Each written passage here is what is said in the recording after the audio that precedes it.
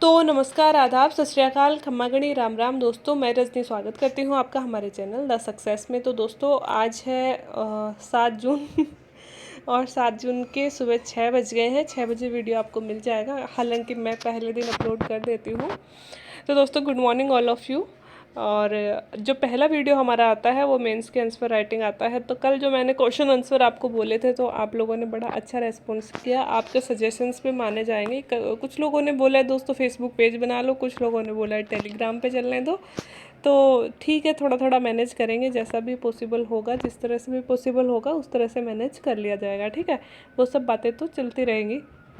अभी एक बार आर्यस का इंटरव्यू होने वाले हैं, स्टार्ट हो ही रहे हैं जस्ट, तो एक बार थोड़ा सा फोकस उन पे रहेगा, क्योंकि इंटरव्यू की क्लास मतलब इंटरव्यू जब से स्टार्ट होगा तो फिर इंटरव्यू पे ही थोड़ा सा ज़्यादा फोकस दे दिया जाएगा, क्योंकि क्वेश्चन वगैरह भी मैं आप लोगों से शेयर करती हूँ। तो वो भी आपको भी, जो नए हैं अभी प्री की तैयारी कर रहे हैं, आरएएस फील्ड में आना चाहते हैं, वो भी डेली के क्वेश्चन देखिएगा इंटरव्यू के।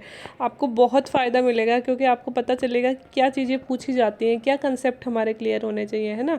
और बाकी जो इंटरव्यू दे रहे हैं उनके लिए तो यूज़फुल होगा ही। जैसा कि मैंने पिछली बार सीरीज चलाई थी आरएस इंटरव्यू क्वेश्चंस, वैसे ही इस बार भी मैं 100% कोशिश करूँगी कि वो सीरीज हमारी चलती रहे। ठीक है, तो दोस्तों आज हम बात करेंगे राजस्थान में भित्ति चित्रण, है ना। तो दोस्तों भित्ति चित्रण हमारे बड़ा शानदार वाला एक क्वेश्चन मेंस के लिए तो है ही है। इंटरव्यू में ये किस तरह से करेगा, अगर किसी की हॉबी मेरी तरह क्या है, पेंटिंग है, ठीक है, मेरी थी मधुबनी पेंटिंग, तो किसी की भी हॉबी पेंटिंग स्केचिंग है तो उनको दोस्तों भित्ति चित्रण 100% पूछा जाता है। मेरे से लगभग हर एक मॉक इंटरव्यू में भित्ति चित्रण पूछा गया था, बिकॉज मेरी हॉबी थी मधुबनी पेंटिंग। तो मधुबनी पेंटिंग से दोस्तों वो मधुबनी पेंटिंग पे पूछ के आते हैं राजस्थान पेंटिंग पे, और फिर राजस्थान पे आते ही फिर वो आते हैं भित्ति चित्रण पे, है ना। हर एक मॉक में मेरे से पूछा गया था भित्ति चित्रण। ठीक है, और दूसरा बात कि अगर कोई शेखावाटी से बिलोंग करता है तो शेखावाटी में भी दोस्तों भित्ति चित्रण, राजस्थान में सबसे ज़्यादा भित्ति चित्रण शेखावाटी में ही हुआ है। तो जैसे ही आप अपने आप को शेखावाटी से बताओगे तो उनका क्वेश्चन भित्ति चित्रण पर 100%। शेखावाटी पे आते ही शेखावाटी की हवेलियाँ आएंगी, और शेखावाटी की हवेलियाँ भित्ति चित्रण के लिए फेमस है ना। तो इन दोनों क्षेत्रों की दृष्टि से देखें तो राजस्थान वालों मतलब इंटरव्यू वालों के लिए भी अपने आप में इम्पोर्टेंट हो जाता है। और अदरवाइज दोस्तों हमारी संस्कृति का तो पार्ट है ही, है ना। मेंस में तो दोस्तों ये सब चीज़ें मैटर नहीं करती हैं, आपकी हॉबी क्या है, आप कहाँ से बिलोंग करते हो। और मेंस में क्यों ये क्वेश्चन आने की संभावना है, बिकॉज ये हमारी संस्कृति से बिलोंग करता है। ठीक है, तो इसलिए भी हमें पढ़ना जरूरी हो जाता है। तो दोस्तों शुरू करते हैं। राजस्थान में भित्ति चित्रण पर लेख लिखिए, 100 शब्दों में मैंने लिखा है। तो इसमें मैंने थोड़ा सा इंट्रोडक्शन दिया है, फिर मैंने भित्ति चित्रण की विशेषताएं दी है, और फिर भित्ति चित्रण के प्रकार भी दिए हैं। कई बार इंटरव्यू में मुझसे ही पूछा गया था कि भित्ति चित्रण क्या क्या होता है, भित्ति चित्रण मतलब कितने प्रकार का होता है, कैसे कैसे किया जाता है। तो जब हम बताएंगे कैसे कैसे किया जाता है तो उसमें हमें ये प्रकार ही बताने पड़ेंगे। तो दोस्तों शुरू करते हैं। भित्ति चित्रण दीवार एवं दीवार पर सौंदर्य और सृजन की दृष्टि से किया गया नाना रूपी अलंकरण भित्ति चित्रण कहलाता है। किसी भी दीवार पे दोस्तों सौंदर्य, उस दीवार का सौंदर्य बढ़ाने के लिए या फिर कोई कलाकृति उस पर बनाने के लिए, सृजन करने के लिए, कोई नई चीज़ उसकी दृष्टि से जो उस पर अलंकरण किया जाता है, अलग अलग तरीके से उसे सजाया जाता है, वो क्या कहलाता है, वो भित्ति चित्रण कहलाता है। राजस्थान में प्राचीन काल से उदयपुर, जयपुर, बीकानेर, अब राजस्थान के कौन कौन से पार्ट्स में हो रही है, उदयपुर, जयपुर, बीकानेर, जोधपुर, सीकर, झुंझुनू आदि के महलों, मंदिरों और भित्तियों पर धार्मिक, विरोचित और रसिक गुणों से परिपूर्ण भित्ति चित्रण पर्याप्त मात्रा में हुआ है। तो दोस्तों हमने यहाँ पे क्या दिया कि सबसे पहले तो एक लाइन में दे दी डेफिनेशन की, सौंदर्य और सृजन की दृष्टि से किसी भी भित्ति और दीवार पे किया गया नाना रूपी जो अलंकरण होता है वो भित्ति चित्रण कहलाता है। ठीक है, दूसरे में हमने दे दी कि राजस्थान में कौन कौन से एरिया में, उदयपुर में भी, जयपुर में भी, बीकानेर, जोधपुर, सीकर, झुंझुनू और दोस्तों हाड़ौती क्षेत्र में भी होता है। ठीक है, तो आप इन क्षेत्रों के नाम लिख सकते हो कि यहाँ पे भित्ति चित्रण, और यहाँ कहाँ पे, महलों में, मंदिरों में और इनकी भित्तियों पे धार्मिक, विरोचित और रसिक गुणों से भरपूर भित्ति चित्रण पर्याप्त मात्रा में किया जाता है। ये हमने 3-4 लाइन्स का छोटा सा इंट्रोडक्शन लिख दिया। यहाँ पे 4-5 लाइन भरी है, वहाँ पे 2.5 या 3 लाइन ही भरेंगी, क्योंकि वो लाइन दोस्तों बड़ी होती है, लंबी होती है कॉपी। ठीक है, आगे चलते हैं। फिर हम डायरेक्ट लेंगे भित्ति चित्रण की विशेषताएं कि राजस्थान में भित्ति चित्रण की विशेषताएं क्या क्या हैं। तो सबसे पहले दोस्तों भित्ति चित्रण भवन निर्माण में संलग्न शिल्पियों द्वारा ही किया जाता है, जिन्हें चेजारे कहते हैं। भित्ति चित्रण करने वाले कोई और पर्सन तो होते नहीं है, वही पर्सन होते हैं जो भवनों का निर्माण करते हैं, और इन्हें क्या कहते हैं, जो भवनों का निर्माण करते हैं दोस्तों, इन्हें चेजारे कहते हैं। इसलिए भित्ति चित्रण करने वालों को भी चेजारे ही मोस्टली बोला जाता है। भित्ति चित्रण के प्रमुख विषय तत्कालीन। अब दोस्तों एक बार तो धार्मिक विरोचित विषय हमने देख लिए है ना। अब अगर थोड़ा सा उनको डिटेल में समझे कि किस किस चीज़ पर हमारे यहाँ पे भित्ति चित्रण हुआ है, तो वो है राजसी वैभव पे, है ना। मतलब जो राजाओं के दरबारी चित्र थे, है ना, दरबारी वैभव मतलब राजा किस तरह से जीते थे, किस तरह से रहते थे, तो वही सारा चित्रण है ना, वैभवपूर्ण जीवन, महफिल जो उनके महफिल जमती थी। इसके अलावा दोस्तों उद्यान, विहार, रनिवास के चित्र भी, क्योंकि दोस्तों पहले वही तो चीज़ें आकर्षक होती थी, और था ही क्या पहले, है ना। नॉर्मल लोग तो बेचारे गरीबी में जीते थे, और जो राजा महाराजा है उनके जो महल होते थे वो नॉर्मल लोगों के लिए एक जादू जैसा आकर्षण का विषय तो वही होता था, है ना। तो उन्हीं के चित्रण होते थे। इसके अलावा प्रेम लीला दोस्तों हमारे यहाँ पे हमेशा से राजस्थान के चित्रों की प्रमुख विशेषता, प्रेम वाले चित्र हमारे यहाँ पे हमेशा से बहुत ज़्यादा बने हैं, ठीक है। और इसके अलावा दोस्तों धार्मिक चित्र बिल्कुल कि किसी लोक देवता के चित्र हो गए, धर्म से संबंधित चित्र हो गए, राधा कृष्ण के चित्र हो गए, ये सारे चित्र हमेशा से शिव जी पार्वती के हो गए, विष्णु जी के हो गए, ब्रह्मा जी के हो गए, गणेश जी के हो गए, ये सारे चित्र हमारे यहाँ पे बनाए जाते हैं, है ना। इसके अलावा शिकार और युद्ध के दृश्य, है ना, ये भी बहुत सारे दिखाए गए हैं। शिकार करते हुए भी भित्ति चित्रण में दिखाया गया है, युद्ध करते हुए भी दिखाया गया है। लोक देवता और प्रेम आख्यान, लोक देवताओं के चित्रण दोस्तों, इसके अलावा प्रेम आख्यान जो हो गए, और राधा कृष्ण की लीलाएं बहुत ज़्यादा दिखाई गई है। राधा कृष्ण की लीलाएं ये हमारे चित्रों की भी विशेषता है। चित्र में भी दोस्तों यही सारे विषय मोस्टली होते थे, और भित्ति चित्रण में भी वही सारी चीज़ें अपनाई गई हैं। तो ये विषय आप याद कर लेना, बिकॉज अगर इंटरव्यू में पूछे क्या बनाया जाता था भित्ति चित्रों में, तो ये विषय आप बताओगे तो अच्छा लगेगा। मतलब कि लगभग इन 2 लाइन में सारी चीज़ें कवर हो गई, है ना। तो ये विषय आप थोड़ा सा ध्यान में रख लेना। शेखावाटी के भित्ति चित्रण परंपरा अनुपम रही है, जहाँ पे जागीरदारों, सेठ, साहूकारों ने बड़ी बड़ी हवेलियाँ बनाकर नयनाभिराम भित्ति चित्रण किया है। दोस्तों अगर विशेषताएं हमने पढ़ रहे हैं तो सबसे पहले ये पढ़ लिया कि भित्ति चित्रण बनाने वाले को क्या कहते हैं। दूसरा हमने ये पढ़ लिया कि भित्ति चित्रण में किस किस के चित्रण बनाए जाते हैं। अब हम जगह पढ़ेंगे स्पेशल कि राजस्थान में कहाँ कहाँ के फेमस है। तो सबसे पहले दोस्तों राजस्थान में शेखावाटी बहुत फेमस। तो शेखावाटी की भित्ति चित्रण परंपरा अनुपम रही है, जहाँ पे जागीरदार और सेठ साहूकारों ने बड़ी बड़ी हवेलियां बनाकर नयनाभिराम चित्रण करवाया। दोस्तों यहाँ पे कोई राजा नहीं था, महाराजा नहीं था, यहाँ पे सेठ और साहूकारों ने चित्रण करवाया था, ठीक है। और वो कहाँ पे करवाया था, हवेलियों में चित्रण करवाया था। यही शेखावाटी चित्रण की सबसे प्रमुख विशेषता है कि राजाओं के बजाय यहाँ के सेठ, साहूकार और जागीरदार जो थे ना, उन्होंने बड़ी बड़ी हवेलियां बनाकर चित्रण करवाया था। दूसरी, अगर ये तो हो गई शेखावाटी की विशेषताएं दोस्तों, दूसरी हम बात करें कि जो बीकानेर है, बीकानेर में महाराजा अनूप सिंह लाहौर से उस्ता कलाकार लेके आए थे, ठीक है।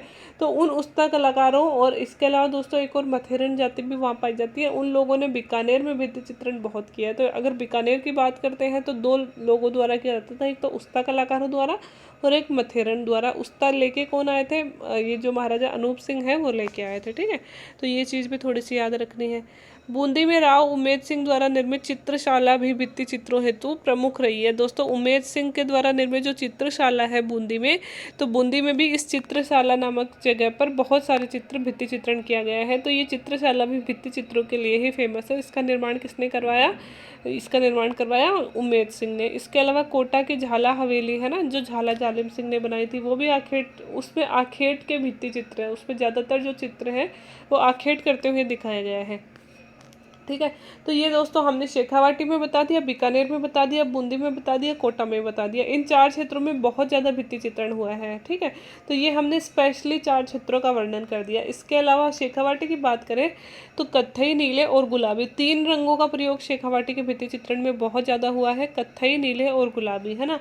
और एक दोस्तों की नायिका की बलखाती बालों की लटों का एक और अंकन, मतलब कोई नायिका है और जो उसके बाल है, जैसे कि अब मैं क्या ही बनाऊँ इसमें तो, और एक ही तरफ बाल जैसे उन्होंने ले रखे हैं, और वो भी बल खाती हुई, मतलब ऐसे टेढ़ी मेढ़ी लटें यहाँ पे बनाई गई हैं।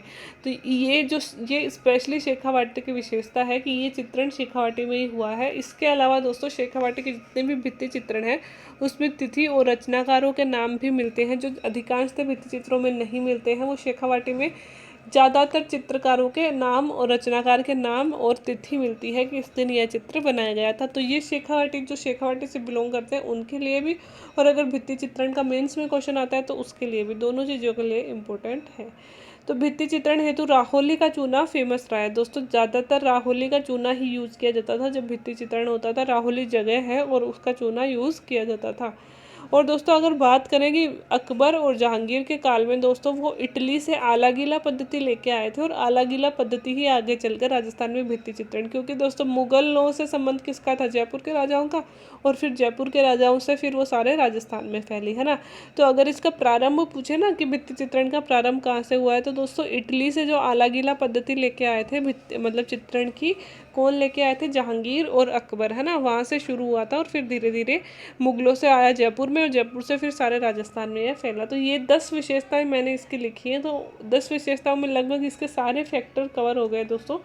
एक तो चेजारों द्वारा निर्माण किया जाता है, ये विषय हैं। फिर है ना शेखावाटी के चित्रण, फिर अनूप सिंह द्वारा बीकानेर में चित्रण, उमेद सिंह द्वारा चित्रशाला झाला हवेली और शेखावाटी की फिर प्रमुख विशेषताएं, कौन सा चूना या यूज़ किया जाता है, और प्रारंभ अगर देखें तो वो कहाँ से हुआ था, ये सारे हमने यहाँ पे देख लिए।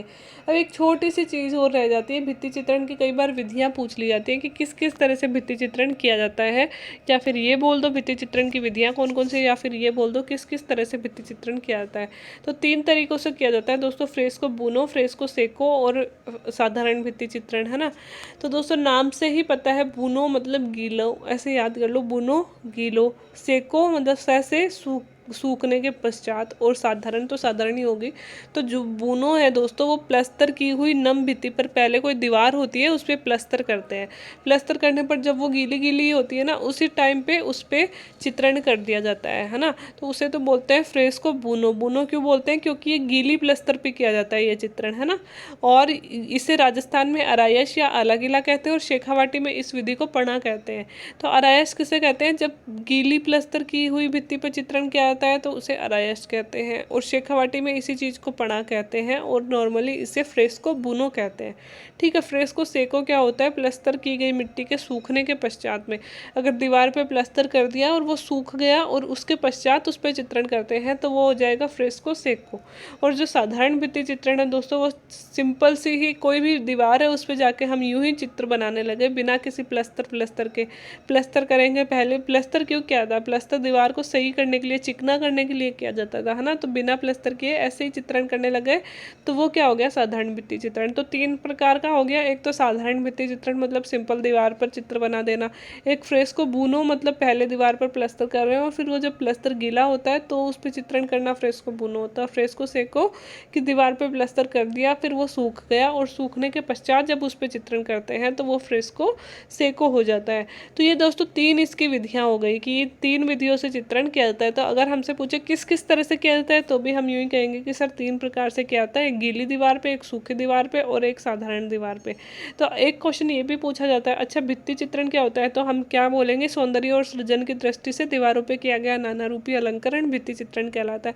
तो वो कहेंगे अच्छा क्या, तो फिर क्या कोई भी दीवार पे कोई भी अलंकरण कर दिया तो वो भित्ति चित्रण कहलाएगा, तो हम कहेंगे जी नहीं सर, दीवार पे पहले भित्ति चित्र करने से पहले, चित्रण करने से पहले उस भित्ति को पूरी तरह से तैयार किया जाता है, उस पर प्लस्तर किया जाता है और उस प्लस्तर में चूना और गोबर और कई तरह की चीज़ों का मिश्रण होता है।